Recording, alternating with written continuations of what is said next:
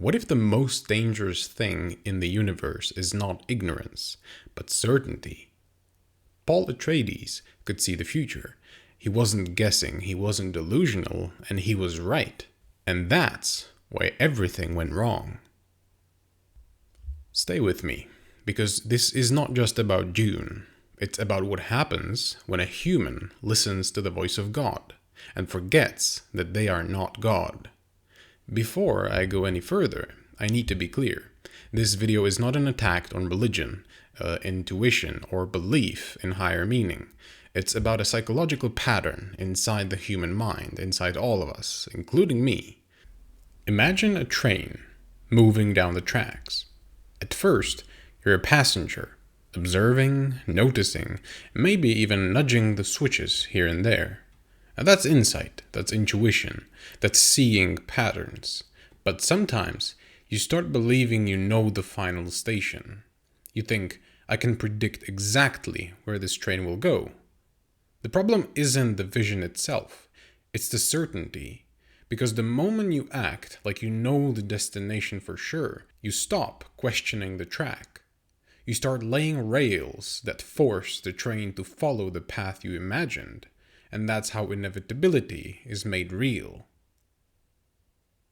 Paul could see the future, the jihad, the suffering, the cost of an empire. He didn't guess, he saw patterns unfolding like the rails of a train. But here's the tragedy. The train is already moving. Every path he sees seems inevitable. And by acting on that certainty, he pushes the train faster down the track. He doesn't choose genocide for ambition, he chooses it because he thinks it's unavoidable, and by that very thinking, it becomes unavoidable. Paul becomes a passenger and a conductor at the same time. He is suddenly both trapped by the tracks and responsible for them.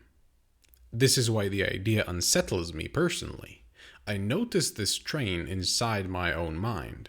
When the world feels broken, when lies seem obvious, when outcomes feel inevitable. The voice says, take control, this has to be done. The danger isn't that the voice is evil, it's that obeying it without question creates rails for inevitability. So Dune is not a story about power, it's a story about humility in the face of foresight. Paul's tragedy isn't that he wanted to rule, it's that believing he knew the end station made the horrors he feared inevitable. The real hero isn't the one who sees the future, it's the one who refuses to become destiny itself. Almost every tyrant in history believed they were saving the world. They didn't think of themselves as villains. They had certainty. They had vision. They had a voice that no longer questioned itself. And the moment someone stops saying, I might be wrong, they stop being safe. Because at that very moment, the voice of God doesn't whisper, it commands. WARCRAFT understood this clearly. Frostmore doesn't corrupt Arthas, it removes doubt. It gives him absolute clarity, and when clarity becomes absolute, so does cruelty.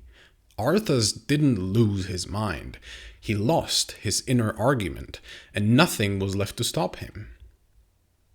Dune is not a story about power, it's a story about restraint. The real hero is not the one who sees the future, it's the one who refuses to become it. Because the moment you believe you are destiny, you stop being human. You don't need to silence your inner voice. You just remember, we're not God. If this video resonated with you, please consider subscribing. It helps me know that people out there care, that these ideas land somewhere beyond my own head. Now excuse me, I need to touch some grass.